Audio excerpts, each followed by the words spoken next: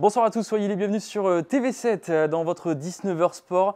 On est en duplex depuis la patinoire Mérédec de Bordeaux, à quelques jours du prochain match des boxeurs de Bordeaux face à Marseille à l'extérieur. On est avec Olivier Dimet, l'entraîneur de l'équipe. Bonjour Olivier. Bonsoir.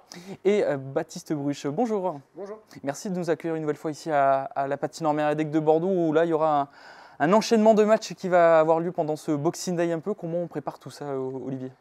On a commencé avec du repos parce que c'est vrai qu'on a eu un mois de novembre et un début décembre bien chargé.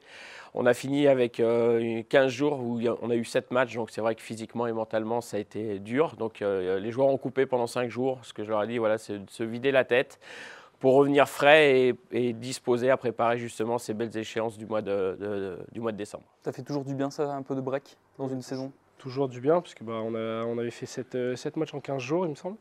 Donc oui, ça fait du bien, on a pu retrouver nos familles un petit peu pour ceux de l'extérieur. Je sais qu'il y a des étrangers qui sont rentrés chez eux aussi.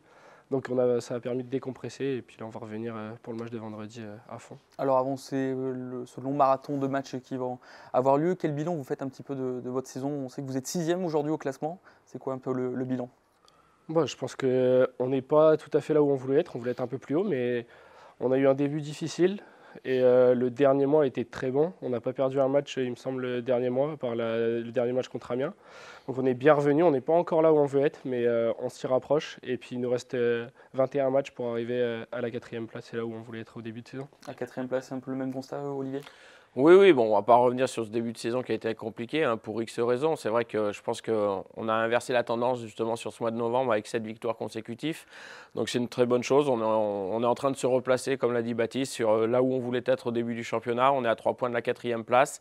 On sait qu'on a un championnat qui est très dense, qui est très serré. Chaque match, il faut le préparer sérieusement.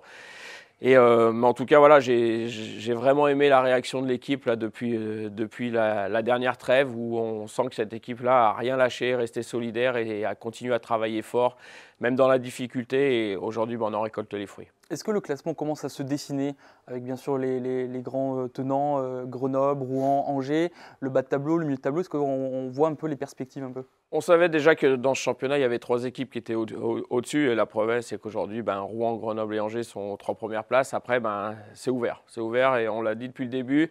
Je pense que si on reprend mes interviews du début de saison, j'avais dit qu'on allait avoir un championnat qui allait être très serré, très dense. C'est la preuve. Aujourd'hui, le Briançon des années précédentes, c'est plus le Briançon qui a fait pendant 3 ans dernier. Même si le classement, aujourd'hui, ils sont toujours derniers. Mais en tout cas, ils challenge chaque équipe.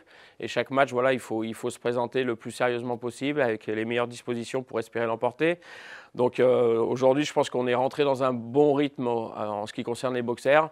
On veut que ça continue, il nous reste 20 matchs pour atteindre notre objectif. Mais voilà, aujourd'hui, on est concentré sur le prochain, c'est le match de Marseille. Ça donne plus d'excitation aussi de voir un championnat très ouvert, que voilà, comme l'a dit votre entraîneur, il y a Briançon, il y a Anglet qui ont des grandes difficultés, mais ils peuvent vous accrocher à tout moment aussi.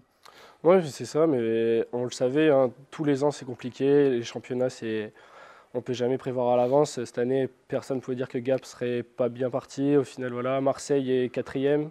Donc c'est un championnat qui va être serré du début jusqu'à la fin. Nous, on a battu des grosses équipes, on a perdu aussi. On a été gagné seulement au pénalty à Anglet, alors que c'est une équipe qui n'est pas bien classée, mais ils se battent, tout le monde se bat, tout le monde joue à fond. Et ça va être compliqué du début à la fin de saison. Alors on va regarder le classement, vous êtes 6e avec 36 points, vous l'avez dit, pour l'instant c'est un peu dans les clous, mais même si vous espérez beaucoup mieux, être beaucoup plus haut, vous l'avez dit, votre prochain match ce sera Marseille à l'extérieur. C'est une surprise un peu cette équipe ou là aussi vous y attendez un peu de ce qu'ils font ? Alors aujourd'hui, c'est plus une surprise. Au début, on pense que ça va être une surprise, mais quand on est à mi-championnat à la 4e place, il n'y a pas de hasard, je dirais. Aujourd'hui, je pense qu'ils sont montés au dernier moment. Ils ont dû faire un recrutement, je dirais, rapidement, mais ils ont fait un recrutement intelligent et je pense que la dynamique de la montée et puis la mayonnaise a bien pris, fait qu'aujourd'hui Marseille est 4e du championnat, donc c'est une équipe qu'on respecte énormément, qui s'appuie sur un très, très gros gardien et une équipe bien en place, bien disciplinée. Donc on a gagné il y a 15 jours là-bas un match 5-1. Mais ça n'a pas été un match facile, même si le score, je dirais, est large. On a été très réaliste sur une première période, mais ils nous ont donné beaucoup de fil à retordre sur le 2e tiers et le 3e tiers. Donc on s'attend à un match très compliqué de nouveau à Marseille. Vous avez souvenir d'une équipe comme ça qui montait de D1 et dominait entre guillemets le championnat ? Alors peut-être pas aussi longtemps, mais c'est vrai que souvent l'équipe qui monte a cette dynamique de montée. Et sur les premiers matchs, il y a l'euphorie et l'excitation de jouer à un niveau supérieur. Donc souvent, les équipes qui montent font un très bon début de championnat et après ont un coup de moins bien. Aujourd'hui, Marseille ne l'a pas eu, donc c'est la preuve de la qualité de leur effectif. Maintenant, à nous de faire en sorte de revenir de Marseille avec les 3 points. Alors, de continuer de parler des autres matchs, notamment à domicile, pour rester sur Marseille. On voit que les métropoles commencent à s'organiser, à mettre les équipes de hockey en avant. Avec Marseille, il y a Nice, il y a Bordeaux, il y avait Lyon à l'époque. C'est bien aussi de voir des grosses villes comme ça s'intégrer dans le hockey sur glace. Oui, je pense que c'est très important, en tout cas médiatiquement parlant, pour faire parler du hockey. Aujourd'hui, on a besoin justement de cette reconnaissance médiatique pour que le hockey continue à se développer. Le point positif, c'est que aujourd'hui, l'affluence dans toutes les patinoires est presque pleine. Nous, c'est notre 5e ou 6e match à guichet fermé.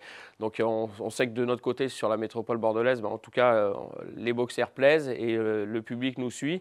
Donc, c'est une bonne chose. Mais je pense qu'aujourd'hui, voilà, le hockey est en train d'évoluer petit à petit. Maintenant, il manque le petit truc en plus. Peut-être que les championnats du monde, des championnats du monde éventuels en France en 2028, il me semble, et peut-être des JO en 2030 vont faire en sorte que ça explose. Mais en tout cas, voilà, on est sur une bonne dynamique. La fédération fait ce qu'il faut pour justement faire en sorte que médiatiquement, voilà, ça se développe par différents programmes qui sont mis en place. Mais en tout cas, nous, en tant qu'acteurs, on le ressent dans chaque patinoire. On y va, il y a du monde. Je prends l'exemple de Marseille. C'est une patinoire qui peut accueillir 5500 personnes. Le dernier match, il y avait 4005. Donc c'est vrai que c'est toujours plus agréable de rentrer dans une patinoire qui est pleine que dans une patinoire où il n'y a pas grand monde. Est-ce que c'est le fait aussi de ces championnats de France qui a eu lieu en 2017 qui a fait un peu montrer le hockey sur glace aujourd'hui, ou ça fait un peu pchit ? Je pense qu'il y a eu le Covid entre-temps. Donc c'est vrai que juste après les championnats du monde, il y a eu un bel essor. Malheureusement, le Covid a un peu cassé cette dynamique-là. Mais depuis, voilà, on sent que le public est revenu dans les patinoires et est présent. Hein. Pour preuve, c'est que l'année passée, à Bordeaux, on a fait 10 guichets fermés sur 22. Donc ce qui est quand même pas mal du tout. Mais c'est le cas à Bordeaux, mais c'est le cas dans d'autres patinoires. Donc c'est vrai qu'il y a des patinoires, c'est un peu plus difficile. Mais aujourd'hui, une ville comme Chamonix, qui est une petite ville, une ville de montagne, habituellement, en début de saison, ils n'ont pas grand monde, mais là, régulièrement, ils ont plus de 1000 personnes. Et on sait que pendant les fêtes, ça sera une patinoire où il y aura 2500 personnes. Donc aujourd'hui, le hockey est un sport qui plaît. C'est un sport que moi, j'invite tous ceux qui ne connaissent pas à venir parce qu'on s'ennuie rarement dans un match de hockey. Et il y a un spectacle autour. Donc aujourd'hui, quand on vient à la patinoire, on sait qu'on va passer un bon moment. Maintenant, nous, de notre côté, on veut justement partager avec notre public et leur offrir le maximum de victoires. Vous êtes quand même la 3e meilleure affluence en métropole bordelaise derrière l'UBB et les Girondins. Les fêtes arrivent, c'est toujours particulier de jouer pendant ces périodes de fêtes ? Non, pas particulièrement.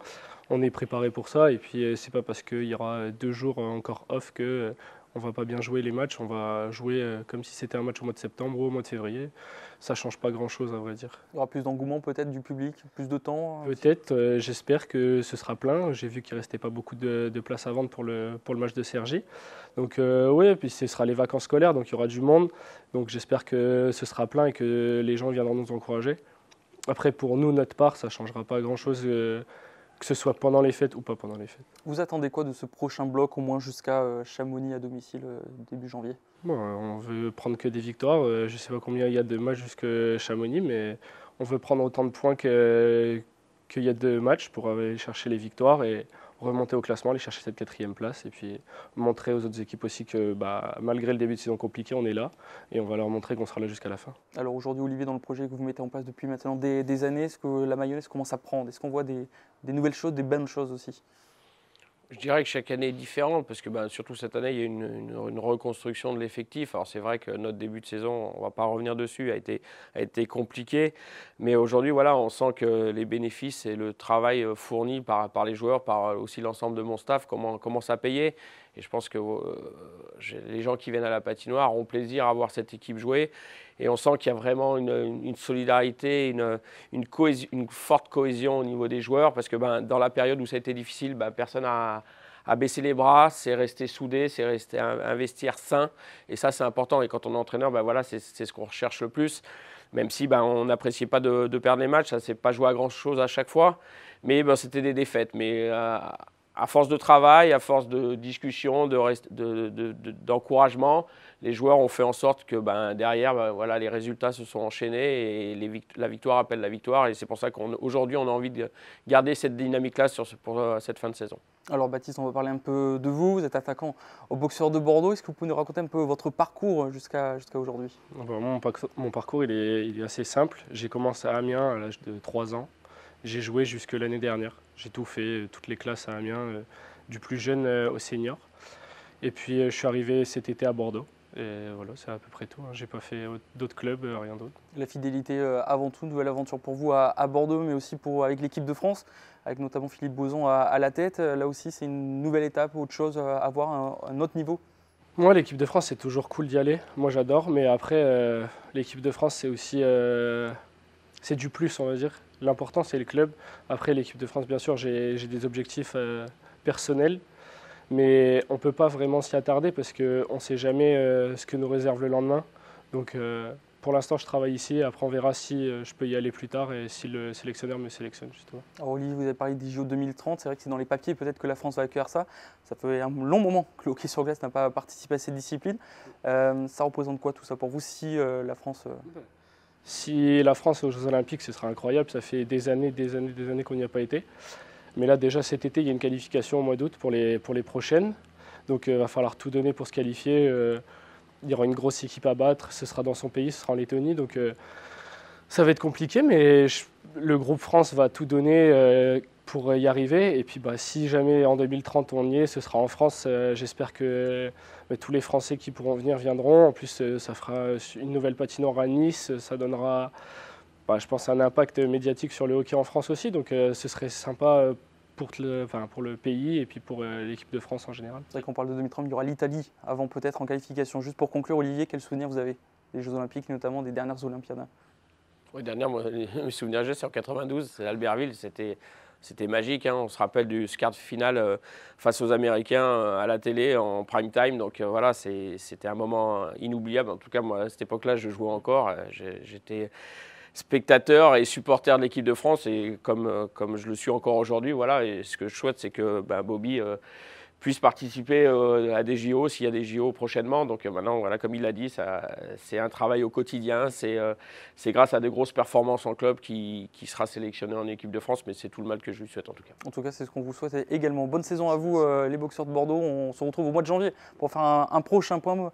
On rappelle le prochain match Marseille-Cergy-Pontoise à domicile. Merci à toutes et à tous de nous avoir suivis ce soir. Tout de suite, c'est Mathieu Dalzovo et le Mac Basket. À tout de suite.